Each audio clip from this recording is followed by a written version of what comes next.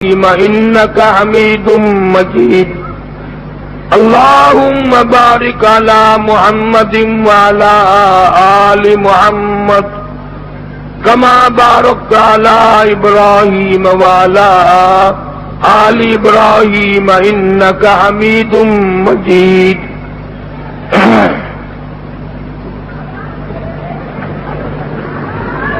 محترم بزرگوں، عزیز دوستو،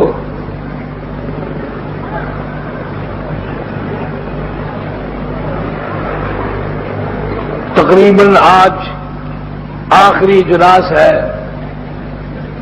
اللہ سبحانہ و تعالی ان حضرات کی محنت، کوشش، دور دھوپ قبول فرمائے اور حضور کریم صلی اللہ علیہ وسلم کا ہم سب کو غلام بنائے، صحابہ کرام رضوان اللہ تعالی علیہم اجمعین کی جماعت کا پورا ہم سب کو غلام بنائے۔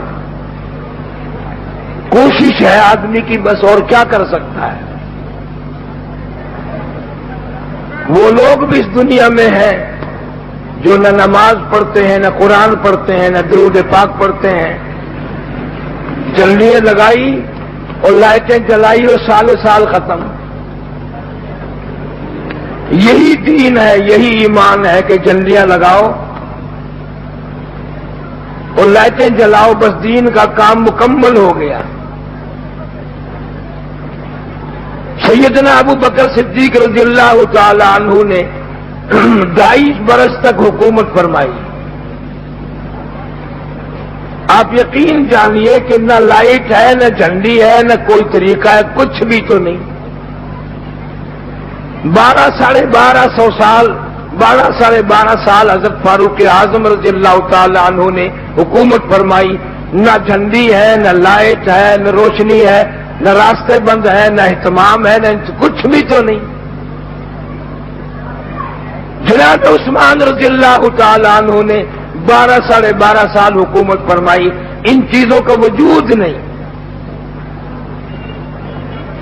سیدنا علی مرتضی رضی اللہ تعالی عنہ نے حکومت فرمائی، لیکن ان کی دماغ، ان کا دل، ان کا مزاج یہاں تک نہ پہنچا جہاں ہم پہنچے ہیں۔ اللہ کے نبی کی مخالفت کرنا وہ کسی طرح سے بھی جائز نہیں، صحیح نہیں۔ ساری دنیا اگر کفر پہ جمع ہو جائے تو کفر کبھی اللہ کی توحید یا قرآن نہیں بن سکتا۔ تماشا نہیں بنانا دین کو، اللہ کے قرآن کا تماشا ہم نے بنایا ہوا ہے۔ مزاج بن گیا، طبیعت بن گئی، امیر غریب مرد عورت سارے کے سارے۔ یہ چیز تو ہمارے بس کی ہے نہیں کسی کے بھی، کہ جس کی موت آئے اور وہ یہ کہہ دے کہ قاریانی ملتان والا آیا ہوا ہے، مجھے معاف کر دے، اس کا تختہ کر دے، اس کا رگڑا نکال دے، کیونکہ اسرائیل نہ تو پیسے ویسے لیتا اور نہ عہدوں کا بھوکا، اور نہ وہ بادشاہ کو چھوڑتا ہے، نہ فقیر کو، نہ وزیر کو، کسی کو معاف نہیں کرتا۔ وقت آیا جس کا آیا سو آیا، وہ کھڑا ہو، بیٹھا ہو، سویا ہوا ہو، جاگتا ہو، دفتر میں ہو، سڑک پہ ہو، سواری میں ہو، اسپتال میں تڑپ کے مر رہا ہو، موت آ ہی جائے گی۔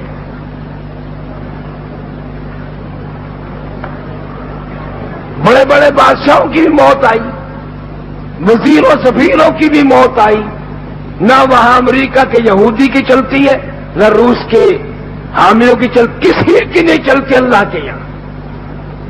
ساری دنیا اگر ایک آدمی کو بچانا چاہے نہیں بچا سکتے۔ اللہ کے فیصلے عقل ہیں، اللہ کا فیصلہ عقل ہے، قطعی طور پہ آ کے رہتی ہے۔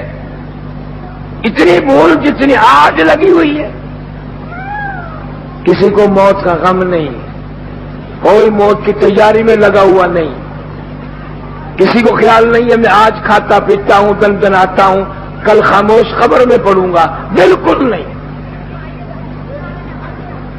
جناب مدنی کریم صلی اللہ تعالی علیہ وسلم نے حجۃ الوداع فرمایا، آخری حج ہے،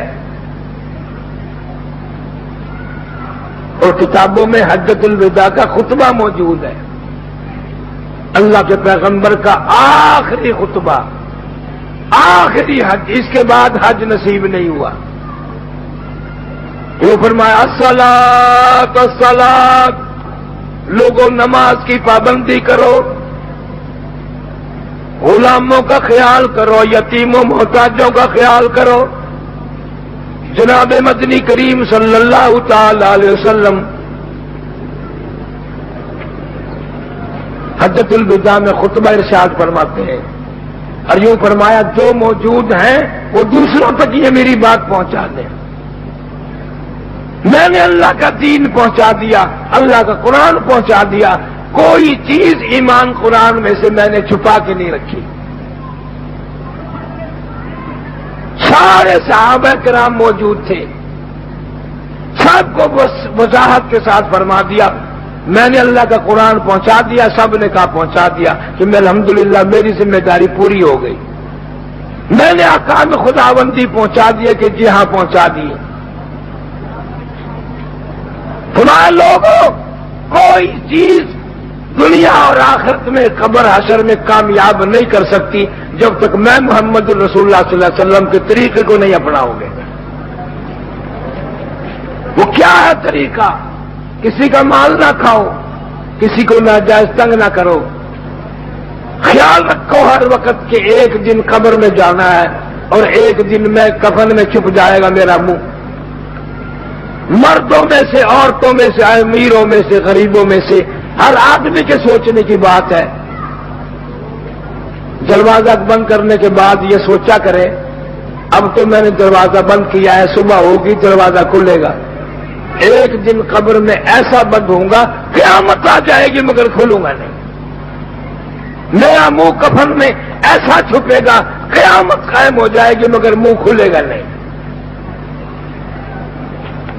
بڑے بڑے لوگ روئے اس مقام کو، اس ٹھکانے کو لوگ روتے گئے اور کامیابی کرنے والوں نے کامیابی بھی کی۔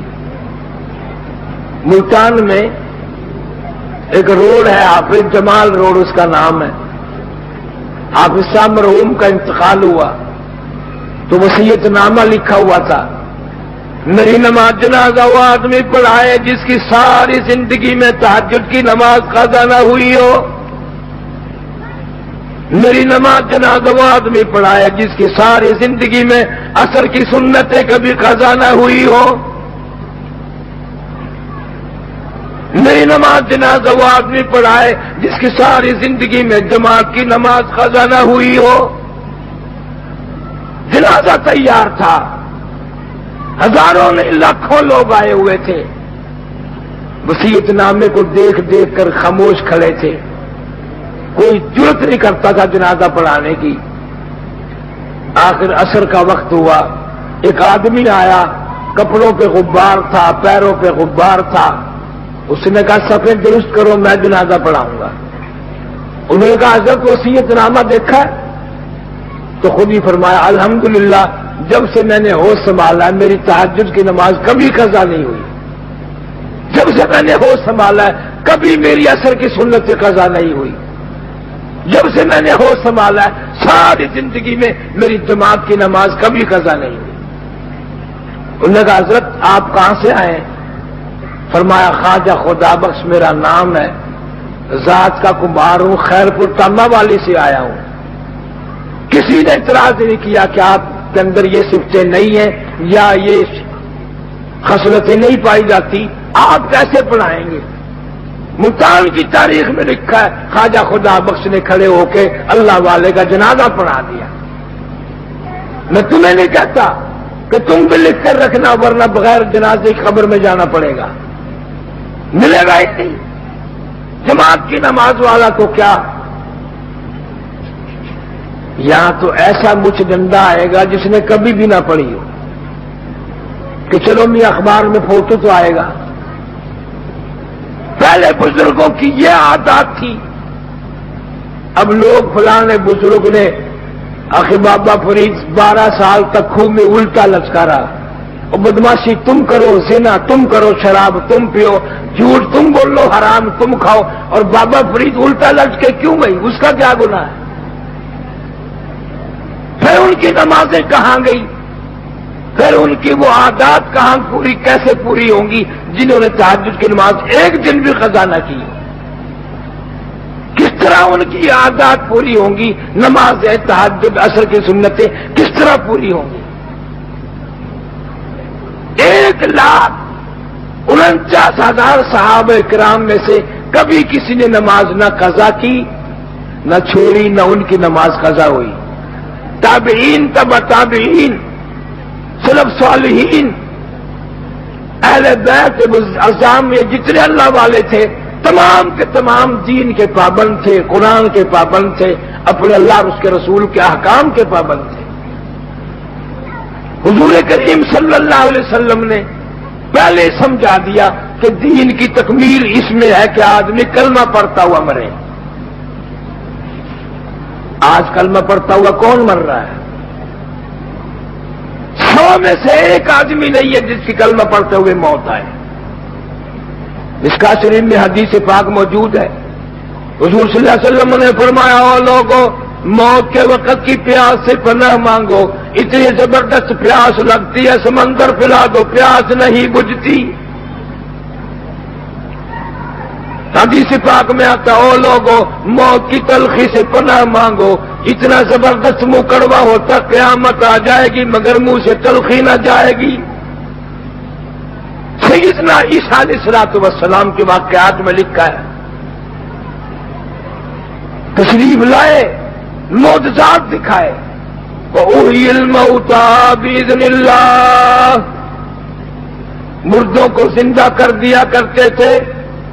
قوم آئی، تماشائی آئے، نئی نئی قبروں سے مردے زندہ کر کے دکھا رہے ہو، آؤ ہم ایک پرانی قبر پہ لے کے چلیں گے مردوں کو زندہ کر کے دکھانا۔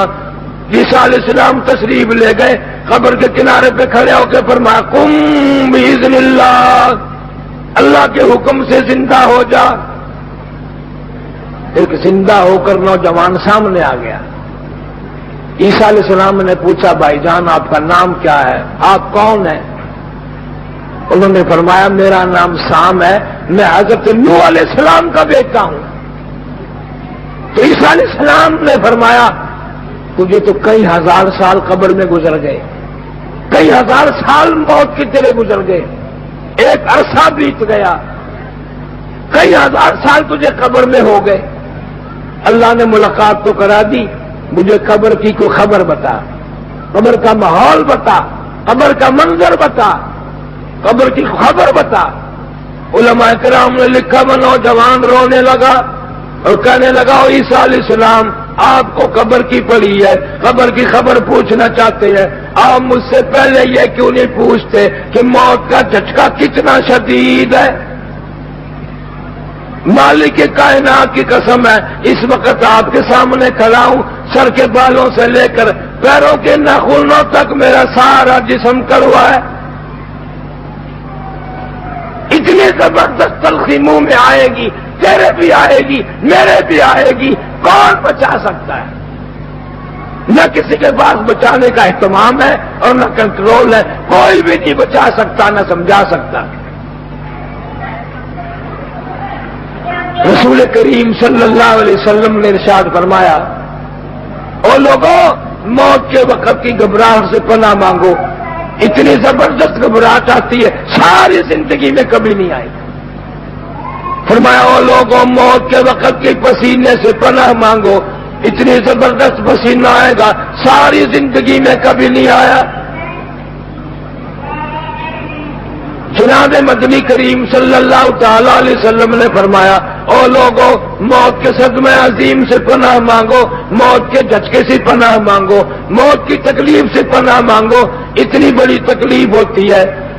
قرآن کہتا، کلا اذا بلغت التراقی وقیل من راق وظن انہ الفراق والتفت الساق بالساق الى ربک یومئذ المساق۔ 360 رگیں ٹوٹیں گی، اعضا چھوٹیں گے، کرا کرا کر کے اعضا چھوٹ رہے ہیں، اتنی زبردست تکلیف ہوتی ہے، کانوں کے پردے پھٹ جائیں گے، آنکھوں کا نور ختم ہو جائے گا، آدمی کے جسم میں منوں کے حساب سے بلد ہے، خون ہے، رت ہے، ایک جھٹکا لگنے سے خطرہ باقی نہیں رہتا۔ حضور کریم صلی اللہ علیہ وسلم نے ارشاد فرمایا، او لوگوں، موت ایک دفعہ آتی ہے، بار بار نہیں آتی، اس کی تیاری کرنی پڑتی ہے، اس کے لیے کچھ اعمال کرنے پڑتے ہیں، جس کے جھولی میں اللہ رسول کا پیغام ہوگا وہ دنیا اور آخرت میں کامیاب ہوگا۔ سیدنا فاروق اعظم رضی اللہ تعالی عنہ کو لوگوں نے دیکھا، کروٹیں بدل رہے ہیں، بے تحاشا رو رہے ہیں۔ کسی نے پوچھا، فاروق تجھے کیا ہوا؟ فرمایا، آج تو مجھے قبر کا اندھیرا یاد آ گیا۔ فاروق اعظم کی روح فنا ہو رہی ہے، تباہی ہو رہی ہے، میرا تیرا کیا پتا ہے کس حال میں موت آئے گی۔ سجدے میں موت بڑی مشکل ہے، لاکھوں کروڑوں میں سے کسی کو سجدے کی موت آتی ہے۔ ہیرا رحیم یار خان مولانا عبدالغنی صاحب رحمت اللہ علیہ نے مغرب کی جماعت کرائی۔ یہ غریب مولوی جن کو تم ذلیل سمجھتے ہو، موٹے چھوٹے کپڑے، موٹا موٹا کھانا پینا، خدا کی قسم مغرب کی جماعت کرائی۔ بعد میں دو سنتیں پڑھنے لگے، پہلی رکعت کے پہلے سجدے میں موت آ گئی، سبحان ربی الاعلیٰ پڑھتے ہوئے موت آ گئی، اللہ کے دربار میں سجدہ کرتے ہوئے موت آ گئی، وضو کے ساتھ موت آئی، دربار الہی میں موت آ گئی، اللہ اور اس کے رسول کے احکام کی بجاوری کرتے ہوئے موت آ گئی۔ اب جو لوگ نماز نہیں پڑھتے، دل ان کا بھی کرتا ہے کہ سجدے کی موت مل جائے، لیکن ملے گی کیسے؟ ملے گی کیسے؟ سینکڑوں ہزاروں میں سے ایک کو کلمہ پڑھتے ہوئے موت آتی ہے، قرآن پڑھتے ہوئے موت نہیں آتی لوگوں کو۔ صحابہ کرام رضوان اللہ تعالی علیہ مجمعین کی پوری جماعت قرآن پڑھتی ہوئی موت آئی ہے۔ سب کی تمنا تھی، آرزو تھی، حسرت تھی، میری موت قرآن پڑھتے ہوئے آئے۔ اور واقعات ہیں، حضور کریم صلی اللہ علیہ وسلم نے حضرت عثمان رضی اللہ تعالی عنہ سے پوچھا، تجھے دنیا میں کیا چیز پسند ہے؟ انہوں نے کہا، بس یا رسول اللہ ایک ہی چیز پسند ہے، اللہ کا قرآن ہو، میری زبان ہو، پڑھتے پڑھتے موت آئے۔ اللہ کا قرآن ہو، میری زبان ہو، پڑھتے پڑھتے موت آئے، اسی پر خاتمہ چاہتا ہوں۔ بادشاہ بھی بنے، خلیفہ رسول بھی بنے، نبی کے داماد بھی بنے، میں تمہیں قسم اٹھا دیتا ہوں حضرت عثمان کی موت قرآن پڑھتے پڑھتے آئی۔ قرآن پڑھتے پڑھتے عثمان کو شہادت ملی۔ سب سے پہلے وار جو کیا، خون کا دھارا، خون کا فوارہ اللہ کے قرآن پہ جا کے پڑا۔ عثمان کا گواہ قرآن ہے، عثمان کا گواہ اللہ کا قرآن ہے۔ میرے اوپر خون پڑا، میرے اوپر لہو کی دھار پڑی، میں گواہ ہوں کہ شہید کیا گیا، اور مدینہ پاک میں شہید ہوا، مظلوم مدینہ عثمان ذی النورین رضی اللہ تعالی عنہ۔ تمہیں ان لوگوں کا مرنا پسند نہیں؟ لوگ مزاجن رشک نہیں کرتے کہ ایسی موت آنی چاہیے؟ آخری وقت میں بیوی سے فرمایا، میرا پاجامہ لا کے دے جو میں نے یمن کے ملک سے منگایا تھا۔ تو بیوی نے کہا کہ ساری زندگی میں پاجامہ پہنا نہیں، آج کیا بات ہے، پاجامے کی ضرورت کیسے پڑ گئی؟ فرمایا، ابھی ابھی قرآن پڑھتے پڑھتے ذرا نیند سی آ گئی تھی، آلودگی آ گئی تھی، گیل آ گئی تھی، حضور صلی اللہ علیہ وسلم کی میں نے زیارت کی، آپ نے فرمایا، عثمان آ جا، آج شام کا روزہ اکٹھے افطار کریں گے، میرا یقین ہے کہ آج شہادت ملے گی، موت آئے گی۔ پاجامہ اس لیے پہن رہا ہوں، مخالف جو تلوار ماریں گے، چھرے ماریں گے، تڑپوں گا، پھڑکوں گا، ایسا نہ ہو کہ ان کی نظر میری شرمگاہ پہ پڑ جائے۔ پاجامہ پردے کی چیز ہے، اس لیے مانگ رہا ہوں۔ جس نے آخری وقت میں بھی شرمگاہ کی حفاظت کی وہ عثمان، جس نے آخری وقت میں بھی اللہ کے قرآن کی حفاظت کی وہ عثمان۔ اور وہ کہتا ہے کہ میں ساری عمر میں قسم کھاتا ہوں میں نے جھوٹ کبھی نہیں بولا۔ آج عثمان کے ماننے والے صحابہ کرام کے خادم غلام کمر باندھ رکھی ہے کہ جھوٹ بولتے بولتے مریں گے۔ عورتیں بھی مرد بھی اسی بات پر کھڑے ہیں. کیسے لوگ تھے؟ حضرت معاذ ابن جبل رضی اللہ تعالیٰ عنہ مدینے میں موت آ رہی. اللہ کرے میری تیری موت بھی مدینے میں آئے. یہ سارا شہر پاکستان جو مدینہ کرتا پھرتا ہے نا، ان کو مدینے مرنے سے بڑی ڈر لگتا ہے، مدینے کی موت سے بڑا ڈر لگتا ہے، بڑے گھبراتے مدینے کی موت سے. دل تو ہے نہیں مدینے میں، کراچی کے شہروں میں گلیوں میں دل پھرتا ہے، کیسے مدینے میں موت آئے گی؟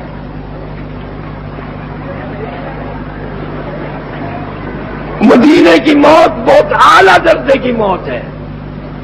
جن لوگوں نے مدینے کی موت کی دعا کی، حسرت کی، تمنا کی، خدا کی قسم 20-20 سال مدینے گلیوں میں بیٹھنا پڑا، موت کا انتظار کرنا پڑا، لیکن اللہ نے دیا. ان کو تمنا تھی، حسرت تھی، آرزو تھی.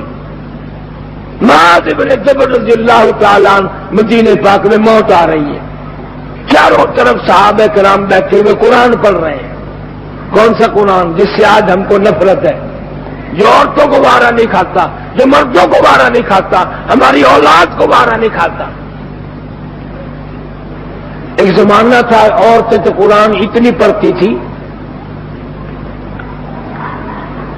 میں سن 80 میں ہندوستان گیا تھا، ملیر کوٹلے کا بھیجا تھا، پٹیالے شہر کچہری میں کچھ لکھوانے کے لیے گئے. ہم کچہری میں بیٹھے تھے تو ہندو سکھوں میں بھگدڑ مچی. ادھر سے ادھر بھاگ رہے ہیں، ادھر سے ادھر بھاگ رہے ہیں، ادھر سے بھاگ رہے ہیں. سچی بات بڑا ڈر لگا ہمیں کہ یہ ہمارا تختہ نہ کر دیں. تو ہم نے اس سکھ وکیل سے پوچھا کہ کیا ہوا، یہ بھگدڑ کیسی ہے؟ اس نے کہا ہماری برادری کی ایک لڑکی عورت مر گئی. میں نے کہا اچھا، ساری دنیا مرتی ہے. وہ کہنے لگا ہم نے اپنے مذہب اور اپنے رسومات کے مطابق اس کو غسل دیا، کفن دیا، لکڑیاں منگوائی، ان لکڑیوں میں اس کو چنا، آگ لگائی.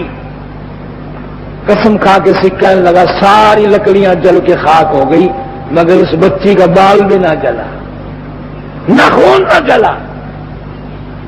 دوبارہ لکڑیاں لائی گئی، پھر آگ لگائی گئی، ساری جل کر خاک ہو گئی، مگر اس بچی کا ناخن بھی نہ جلا.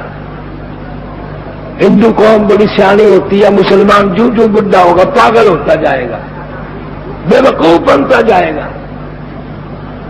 پنڈتوں نے، ہندوؤں نے میٹنگ کی بھی جس کمرے میں، جس مکان میں یہ رہتی تھی، اس گھر میں ہاتھ دیواروں پہ پھیر کے دیکھو، کوئی آلہ، کوئی جالا، کوئی تاک لکھا ہوا ہوگا. وہ دیکھ کے آج نہیں ملا. انہوں نے کہا یہ ہو ہی نہیں سکتا، تم نے تحقیق اچھی طرح نہیں کی. جب تجسس کر کے دیکھا تو ایک آلہ مل گیا، ایک تاک مل گیا، جالا مل گیا. اس کو کھول کے دیکھا تو اس میں اللہ کا قرآن رکھا ہوا ہے. چھپ کر مسلمان بنی تھی، ظاہر تھا کیا کہ ماریں گے، اللہ کا قرآن رکھ دیا، حفاظت کر دی. کافر کا پلیت ہاتھ نہ لگے اللہ کے پاک کلام کو. اس نے قرآن کی عزت کی، اللہ نے اس کی عزت کی. تو میرے قرآن کو بچا رہی ہے، مجھے اپنی کبریائی کی قسم، میں تجھے بچاؤں گا. ساری لکڑیاں جل جائیں گی، تو نہ جلے گی.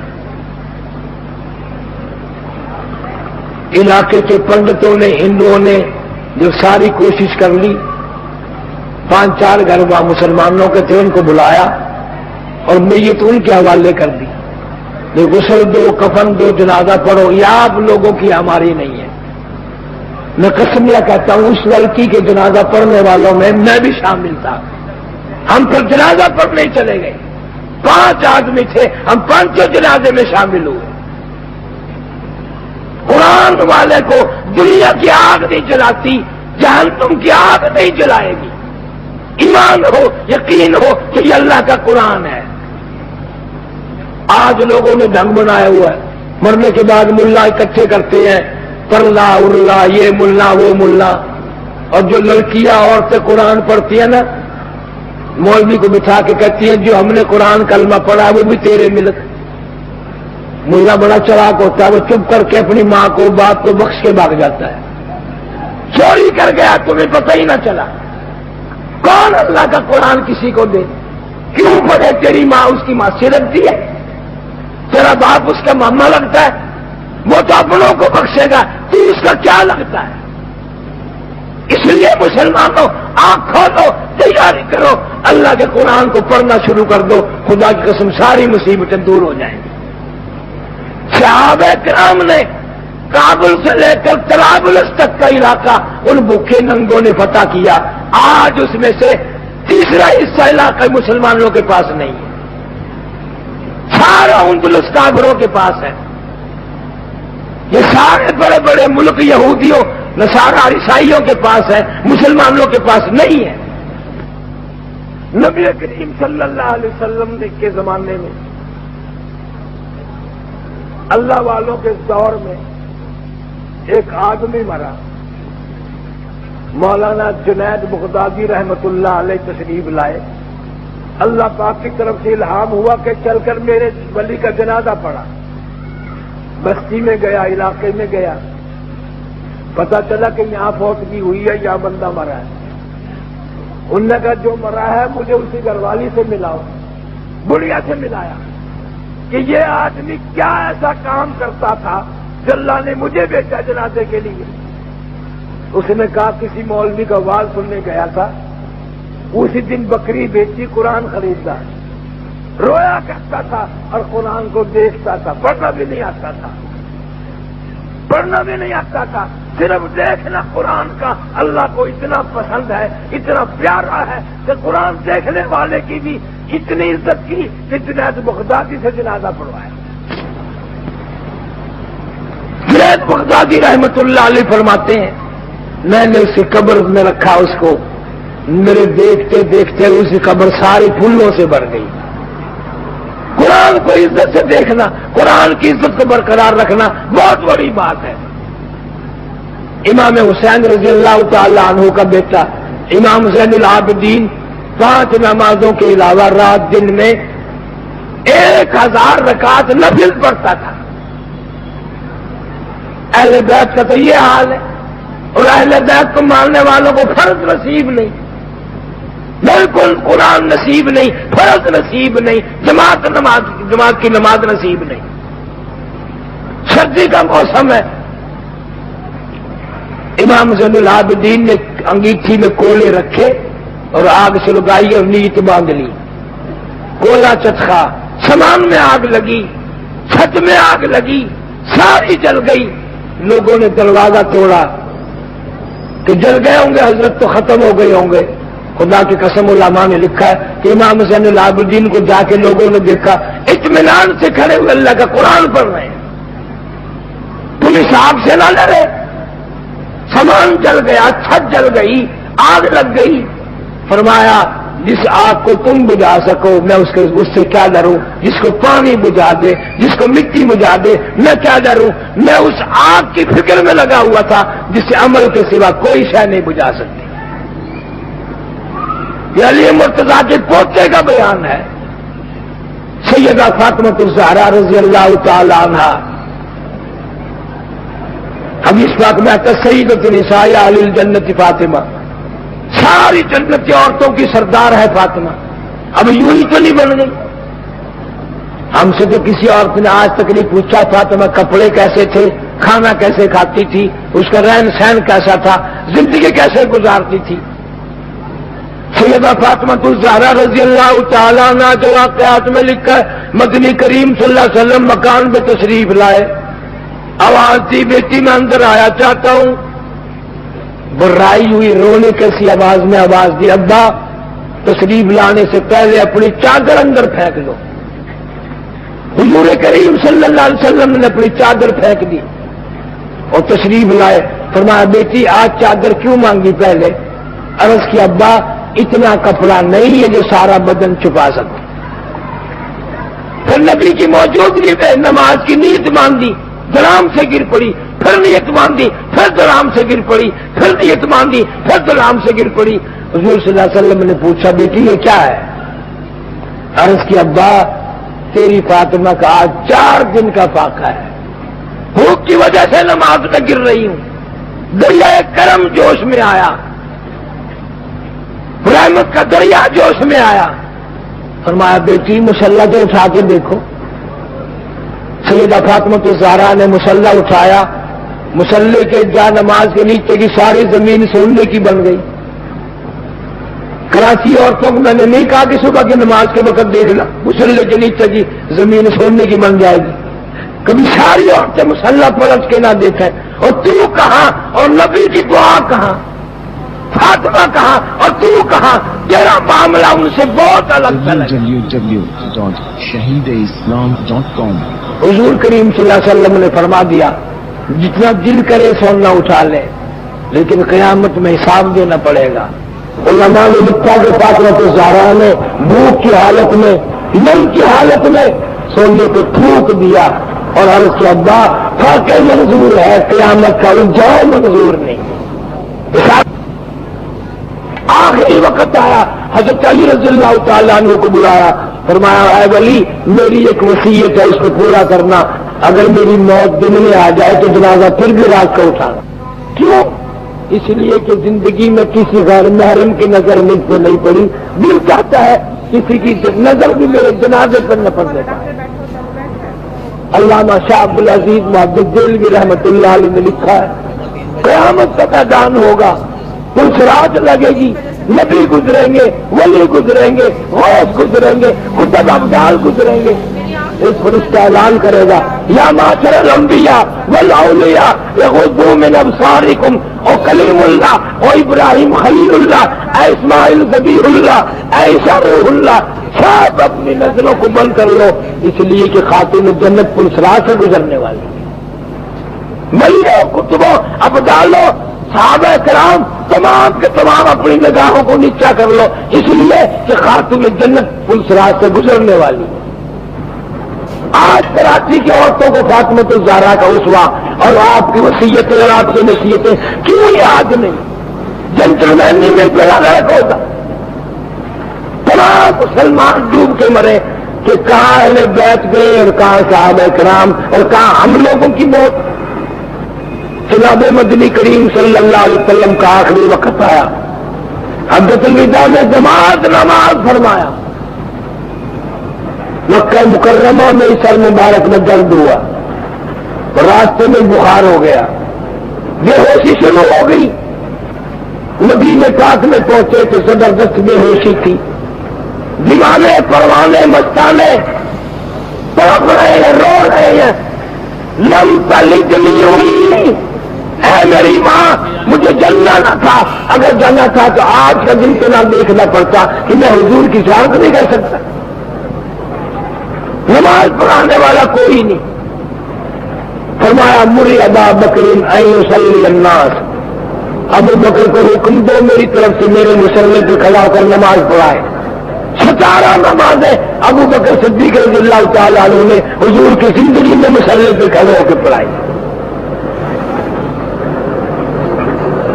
سارے صحابہ کرام گواہ ہیں کہ حضور کریم صلی اللہ علیہ وسلم کو ہوش تھا. حضرت عباس اور ایک دوسرے صحابی کندھے پہ ہاتھ مار کے رکھا, قدم جمتا بھی نہ تھا, پاؤں کھسکتے ہوئے مسجد میں تشریف لائے. دیکھو کون کون لوگ میرے صدیق کے پیچھے نمازیں ادا کر رہے ہیں. صدیق اکبر نے چاہا بھی کہ میں پیچھے ہٹ جاؤں, فرمایا الزم مکانہ کا, کھڑے ہو جاؤ اپنی جگہ پہ نماز ادا کرو. حضور کریم صلی اللہ تعالی علیہ وسلم منبر پر تشریف فرما ہوئے, دیوانے بھی آ گئے, پروانے بھی آ گئے. فرمایا الوداع اے دوستو, اب جلد اتر جائیں گے ہم, اور پھر کبھی اس دنیا کمینی میں نہیں آئیں گے ہم. جس نے میری زیارت کرنی ہے, دیدار کرنا وہ کر لے. میں آج دنیا سے جاؤں گا, اس کے بعد دنیا میں نہ آؤں گا. کھڑے ہو کر اعلان کر دیا, جس کو میں نے گالی دی ہے وہ آج نکال لے, جس کا مال لیا ہو وہ آج وصول کر لے, جس کو مارا ہو مجھے آج مار لے. قیامت میں بدلہ نہ لے, قیامت برا مقام ہے, مر جاؤں گا, حالات تباہ ہو جائیں گے.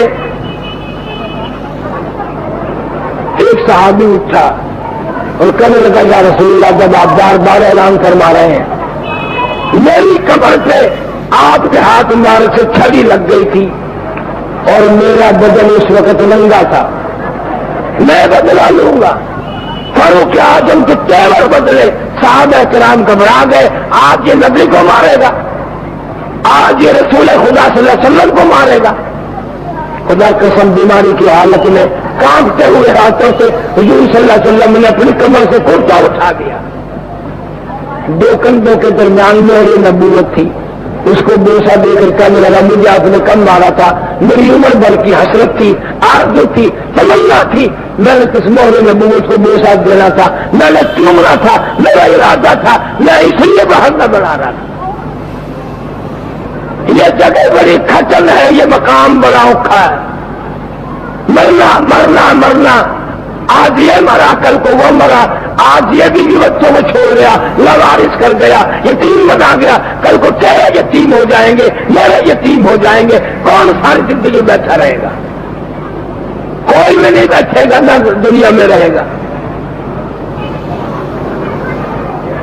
حضور کریم صلی اللہ علیہ وسلم گھر جا کے پھر آرام فرمانے لگے، بے ہوشی ہوئی، پھر ہوش آیا۔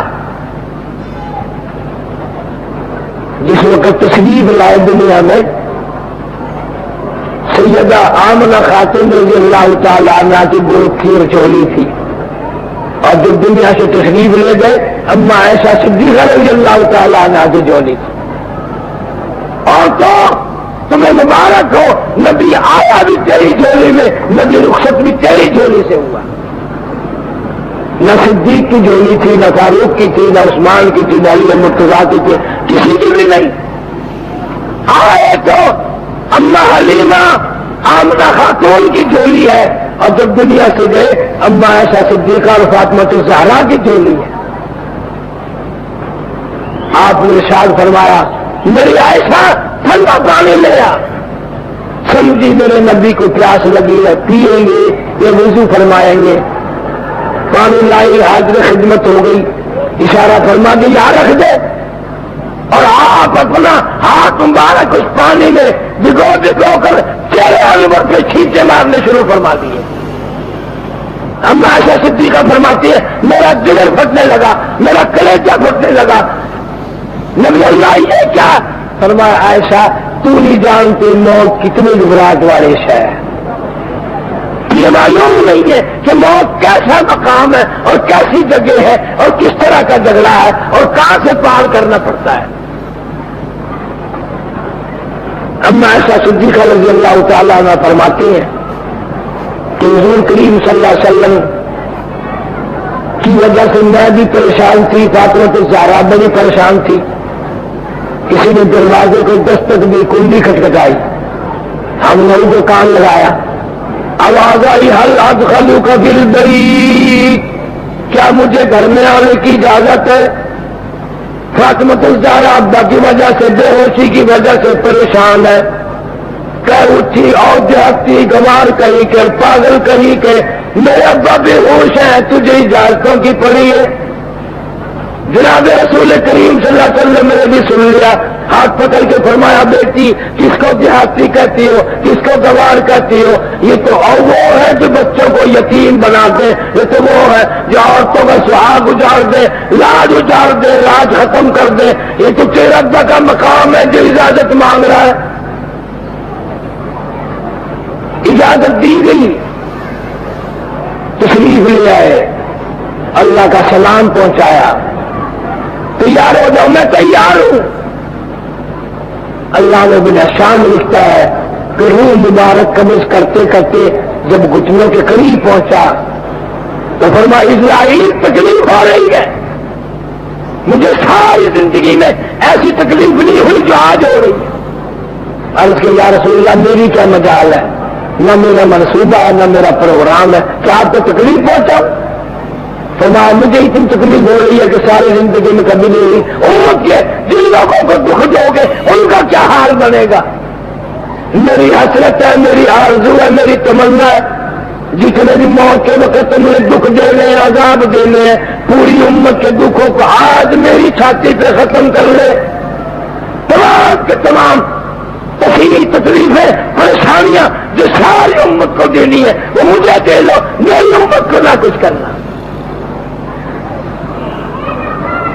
سیدہ عائشہ صدیقہ رضی اللہ تعالیٰ عنہ فرماتے ہیں آواز ختم ہو گئی تھی، سانس رک گیا تھا، لب مبارک حرکت کر رہے تھے، میں نے کان لگا دیا کہ سنو کیا فرماتے ہیں۔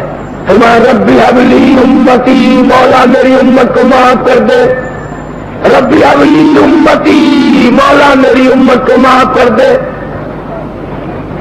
سیدہ فاطمہ الزہرا رضی اللہ تعالیٰ عنہ کا بیان ہے 6 مہینے زندہ رہی حضور صلی اللہ علیہ وسلم کی وفات کے بعد، نہ کسی نے ہستی دیکھی اور نہ پیٹ بھر کے کھانا کھایا، بلکہ رویا کرتے تھے، او انس، او طلحہ، او زبیر، مجھے وہ ہاتھ تو دکھاؤ جن ہاتھوں سے تم نے میرے ابا پر کی قبر میں مٹی ڈالی ہے، میرے ابا کو کفن دیا، قبر میں اتارا، مجھے کبھی وہ ہاتھ تو دکھا دیا کرو جن ہاتھوں سے تم نے میرے ابا کو قبر میں اتارا۔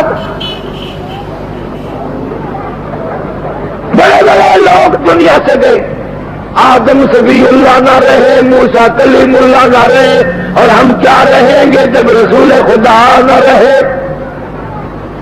جب مدینے میں حضور صلی اللہ علیہ وسلم کا روز اقدس بن گیا، اب یہ کتنی بدتمیزی کی بات ہے کہ یہاں روزے بناتے کراچی میں لوگ، وہ تو ایک ہی روزہ ہے، ایک ہی نبی تھا، ایک ہی قبر ہے، ایک ہی مدینہ ہے، اس کا احترام یہی ہے کہ وہاں جایا جائے اور جا کے زیارت کی جائے۔ یہاں قدم قدم پہ بیت اللہ بنانا، روزے رسول بنانا میرا شرک ہے، کفر ہے، بغاوت ہے دین سے، قرآن سے عداوت ہے۔ تم نے اس کو تماشا بنایا ہوا۔ میرے نبی کی نبوت کے ساتھ کوئی نہیں ہو سکتا، کوئی نہیں چل سکتا، میرا مرنا بھی نرالا، جینا بھی نرالا، حضور کا روز اقدس بھی نرالا، مدینہ بھی نرالا، میرے نبی کا مدینہ بھی نرالا، پسینہ بھی نرالا۔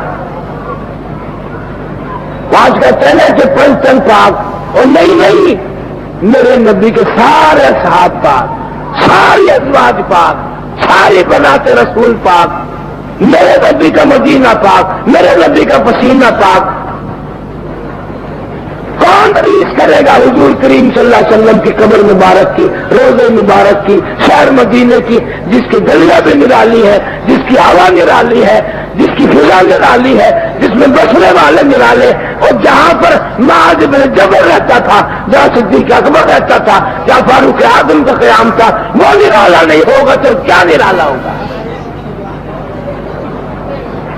تمام چیزیں نرالی نرالی۔ آج بھی مدنی کریم صلی اللہ علیہ وسلم کی ختم نبوت سارے انبیاء کرام سے نرالی۔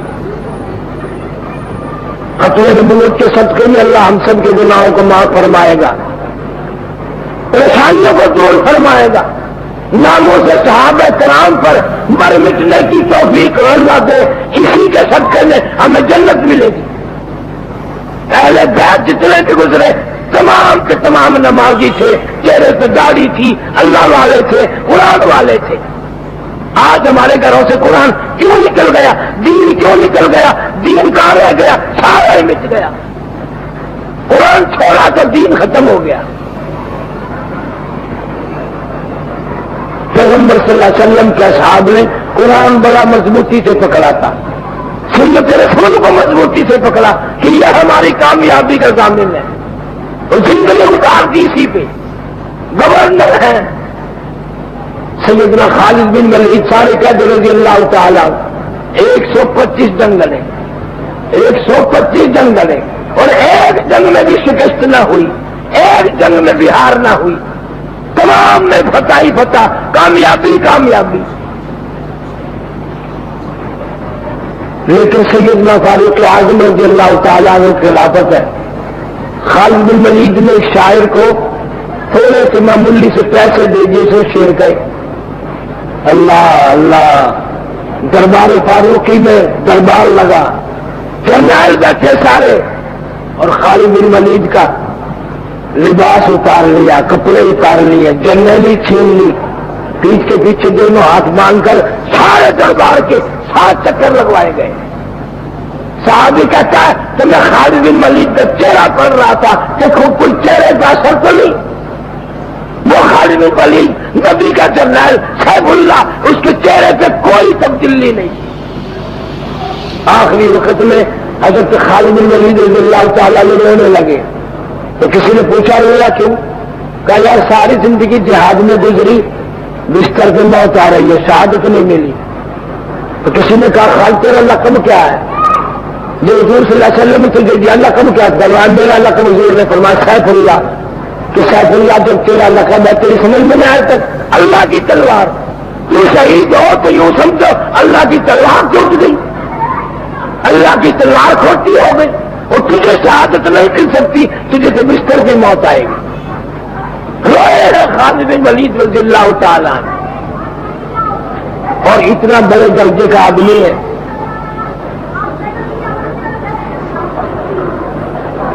اور مرد تو مرد عورتوں نے اس زمانے میں کمال کر دیا. خالد بن سعید رضی اللہ تعالیٰ ایک صحابی ہے. جنگ ہو رہا ہے، جہاد ہو رہا ہے، لڑائی جاری ہے. خالد بن سعید کی نگاہ پڑی ام حکیم پر. یہ اکرمہ کی بیوی ہے، ابو جہل کے بیٹے کی بیوی.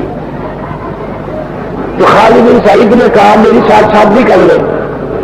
اس نے کہا حالات تو دیکھو، خون کی ندیاں بہ رہی ہیں، لوگ مر رہے ہیں، یہ کوئی موقع ہے شادی کا؟ خالد بن سعید کہنے لگا موقع ہو یا نہ ہو، کل میرا اسی میدان میں شہادت کا پروگرام ہے. کل میرا اسی میدان میں شہادت کا پروگرام ہے، اس لیے آج ہی شادی کرنا چاہتا ہوں. سیدہ ام حکیم رضی اللہ تعالیٰ نے فرمایا اگر تم اس بات میں سچے ہو تو میں ابھی شادی کے لیے تیار ہوں. کسی نے نہیں کہا کہ تجھے بیوہ بننے کی عادت پڑ گئی. کل اکرمہ شہید ہوئے بیوہ بنی، کل کوئی خالد بن سعید شہید ہو جائے تو پھر بیوہ بنے گی، روز روز بیوہ بنتی رہے گی. فرمایا نہیں، میں نے یہ سوچا کہ قیامت کا دن ہوگا، اللہ پاک آواز لگائیں گے 2 شہیدوں کی بیوہ کو بلاؤ، 2 شہیدوں کی بیوہ کو بلاؤ، میں اللہ کے دربار میں حاضر ہو جاؤں گی. اس لیے میں نے پروگرام بنایا کہ کل جس نے شہادت کا ارادہ کر رکھا ہے میں آج شادی کرنا چاہتی ہوں. صبح ہوئی، تیاری کی جہاد کی. ام حکیم نے پوچھا دائیں طرف حملہ کرو گے یا بائیں طرف؟ اور میں نے تیرا کیا مطلب؟ کہ اگر تم دائیں طرف کرو گے تو میں بائیں طرف کروں گی، تم بائیں طرف کرو گے تو میں دائیں طرف کروں گی، تاکہ پورے گھرانے کا حصہ بڑھ جائے جہاد میں. عورتیں ایسی ہیں جہاد کے لیے تیار ہیں، کیا کوشش کر رہی ہیں، کیا تدبیر کر رہی ہیں، کیا پروگرام بنا رہی ہیں. آج کون سوچے کیسے شہادت ملے گی، کہاں سے ملے گی. حضرت خمسہ رضی اللہ تعالیٰ عنہ بیوہ عورت ہے، مدینے میں رہتی ہے. مغرب کی نماز کے بعد اچانک رونے لگ گئی. بچے نے پوچھا ماں کیوں روئی، کیا مطلب؟ تو بیٹا تمہارے بس کی بات نہیں، تم کھانا کھاؤ. ماں کی آنکھ میں آنسو ہو اور ہم کھانا کھائیں، ہو نہیں سکتا. جب زیادہ اصرار کیا تو کہنے لگی کل جہاد ہوگا، تم سارے کے سارے میدان جہاد میں چلے جاؤ، بچے ہو شہید ہو جاؤ، میں تمہاری شہادت کی خبر کا انتظار کروں گی اور 2 رکعت شکرانے کے پڑھ کر قبولیت کی دعا کرتی جاؤں گی. یہ پروگرام ہے، یہ ان کا اصول ہے، یہ ان کے طریقے ہیں، یہ ان کی کامیابی کا ضامن ہے.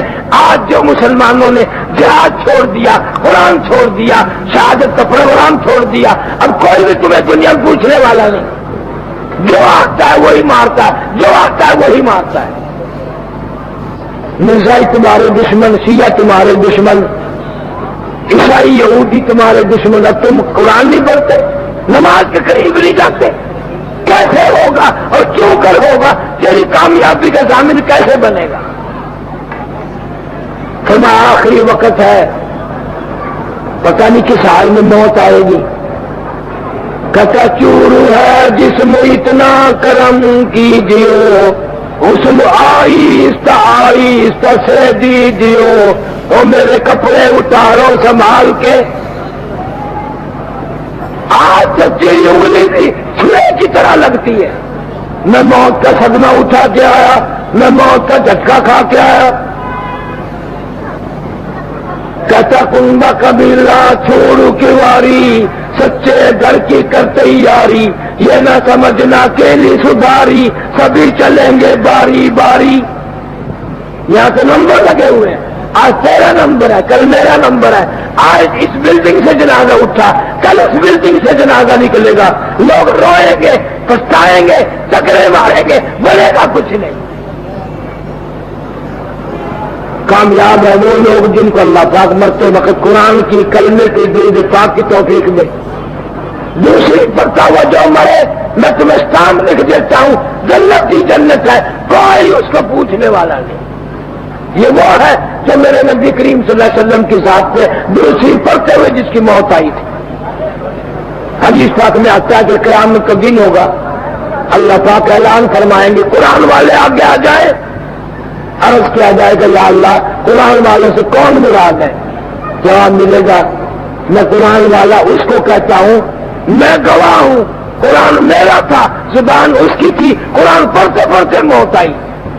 یا اللہ ان لوگوں کی پہچان کیا ہے؟ فرمایا میدان حشر میں چکر لگا کے دیکھو، آج بھی ان کے منہ سے کستوری کی خوشبو آ رہی ہے۔ آج بھی چکر لگا کے دیکھو ان کے منہ سے کستوری کی خوشبو آ رہی ہے کہ یہ ہے وہ لوگ جو قرآن پاک پڑھتے مرے تھے، دوسری پڑھتے ہوئے مرے تھے۔ مولانا جعفر تھنیسری رحمۃ اللہ علیہ علماء دیوبند میں سے ہے۔ یہ قربانیاں تو ساری علماء دیوبند کی تقدیر میں اللہ نے لکھی۔ قربانی دینوں نہیں ہے اور قربانی قوم دے۔ آؤ مقابلہ کرو، اپنے بزرگوں کو لاؤ، اپنے بڑوں کو لاؤ اور میرے بڑوں کو لاؤ، مقابلہ کر کے دیکھو کہ قرآن پہ جان کس نے دی ہے، اسلام پہ جان کس نے دی ہے۔ مولانا جعفر تھنیسری رحمۃ اللہ علیہ فرماتے مجھے ایسے پنجرے میں انگریز نے بند کیا، نوکدار تار لگے ہوئے تھے، نہ میں سیدھا ہو سکتا تھا، نہ میں کھڑا ہو سکتا تھا، نہ میں بیٹھ سکتا تھا۔ میں نے یہ فیصلہ کر لیا ہر حال میں، ہر سانس میں درود پاک پڑھوں گا، میں درود شریف پڑھتا پڑھتا مر جاؤں گا۔ فرماتے اچانک مجھے چکر آیا، میں نوکدار تاروں پہ گرا، ادھر مجھے نبی کریم صلی اللہ علیہ وسلم کی زیارت ہو گئی، خام میں نہیں جی پہ جاگتے سامنے زیارت ہو گئی۔ اور میں یوں کہتا ہوا پھرا ساری زندگی لیے پھرتی ہے بلبل، لیے پھرتی ہے بلبل، چونچ میں گل اور ڈھونڈتی ہے شہید ناز کی تربت کہاں ہے۔ فرمایا ساری زندگی سوچ رہا اے کاش وہ پنجرا پھر آئے، پھر وہ کولے لگے اور پھر نوکدار تار لگے اور پھر مجھے سنبھل کیا جائے اور پھر میری دوسری پڑھتے پڑھتے حضور کریم صلی اللہ علیہ وسلم کی زیارت ہو۔ اتنا مزہ اس میں آتا ہے، خدا کی قسم ساری دنیا کی لذت ایک طرف، امام الانبیاء صلی اللہ علیہ وسلم کی دیدار اور زیارت کی لذت ایک طرف۔ سعد بن ربیع رضی اللہ تعالیٰ عنہ جوان صحابی ہے، جہاد ختم ہوا، زخمیوں میں نہیں ملتا، شہیدوں میں نہیں ملتا، غازیوں میں نہیں ملتا۔ کسی کو ماں یاد کرے گی، کسی کی دھی یاد کرے گی، کسی کی بہن یاد کرے گی، کسی کی گھر والی یاد کرے گی۔ سعد بن ربیع رضی اللہ تعالیٰ عنہ کو حضور صلی اللہ علیہ وسلم نبی پاک میں یاد فرما رہے ہیں اور رو رہے ہیں، میرا سعد بن ربیع کہیں نہیں ملتا، گیا کہاں ہے؟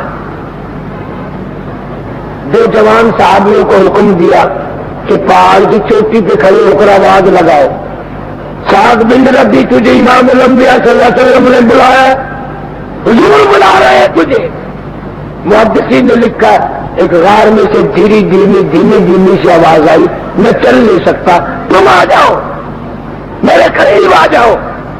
یہ دونوں حضرات پہنچے، 80 کے قریب زخم ہے، لہو ٹپک رہا ہے، خون لکھ رہا ہے، اور کہنے لگا مجھے اٹھا کے لے کے چلو۔ میں اب کہاں جائے گا؟ بیوی سے ملنا ہے؟ کہا نہیں۔ بچوں سے ملنا ہے؟ فرمایا نہیں۔ کیا ہے؟ کہنے لگا میری عمر بھر کی تمنا، میری حسرت ہے، میری آرزو ہے کہ آخری وقت میں حضور کریم صلی اللہ علیہ وسلم کی زیارت کرتا ہو جاؤں گا، مجھے اٹھا کے لے کے چلو۔ ادھر امام الانبیاء سب کہہ دو صلی اللہ علیہ وسلم کو بتا دیا گیا سعد بن ربیع مل گئے، مدینے سے باہر تشریف لے چلے۔ کسی نے پوچھا یا رسول اللہ کہاں؟ فرمایا سعد بن ربی ملنا چاہتا ہے، کچھ میں چلوں گا کچھ وہ چلے گا، فیصلے کم ہو ہی جائیں گے۔ محدثین نے لکھا ہے اٹھا کر لاتے ہوئے دیکھ کر آپ نے زمین پہ تشریف فرما ہو کر رحمت والی جولی پھیلا دی، گود پھیلا دی، زخم جسم ہے سارا۔ آپ نے سر صحابی کا، زخمی صحابی کا اپنی آغوش رحمت میں رکھ لیا اور ماتھے کو بوسا دیا، فرمایا فزت برب الکعبہ، اور نوجوان رب کعبہ کی قسم تو بڑا کامیاب ہے، شہید ہو گیا، مضافات مدینہ میں اعلان ہو گیا۔ خدا کی قسم محدثین نے لکھا ہے کہ صدیق اکبر رو رہے تھے، کاش یہ موت میری ہوتی، نبی کی گود میں دم میرا ٹوٹتا، میری جان نکلتی۔ فاروق اعظم روئے، عثمان بن نورین روئے، خالد بن ولید روئے، دلیل القدر صحابہ رو رہے ہیں۔ جنازہ حضور کریم صلی اللہ علیہ وسلم نے پڑھایا۔ جنازہ پڑھنے کے بعد ابو ہریرہ کہتا ہے کہ حضور کریم صلی اللہ علیہ وسلم کو میں نے دیکھا ایڑیاں اٹھا کر پنجوں کے بل زمین پہ چل رہے ہیں تنگی سے۔ ابو ہریرہ کہتا میں نے پوچھا یا رسول اللہ کانٹے نہیں، روڑے نہیں، پتھر نہیں، یوں کیوں چل رہے ہو؟ فرمایا انی ارا ما لا ترا، جو میں دیکھو تم نہیں دیکھ سکتے۔ اس نے اللہ کی راہ میں جان دی، 80 کے قریب زخم کھائے، میری گود میں دم توڑا، میں نے جنازہ پڑھایا۔ سعد بن ربی کا جنازہ پڑھنے کے لیے آسمان سے اتنا نوری فرشتہ آیا ہوا تھا کہ چاروں طرف قدم رکھنے کی گنجائش نہیں، چاروں طرف اتنا نوری فرشتہ ہے تو پورا قدم نہیں رکھا جا سکتا۔ صحابہ وہ ہے جن کے جنازے فرشتوں نے پڑھے، جن کے قرآن فرشتوں نے سنے، جن کی نمازیں فرشتوں نے دیکھی۔ اور آج ہمارا یہ حال ہے کہ کچھ نہیں، نہ فرشتے نہ دیکھ لو، بادشاہ لوگوں نے بڑی نیکی کی ہے۔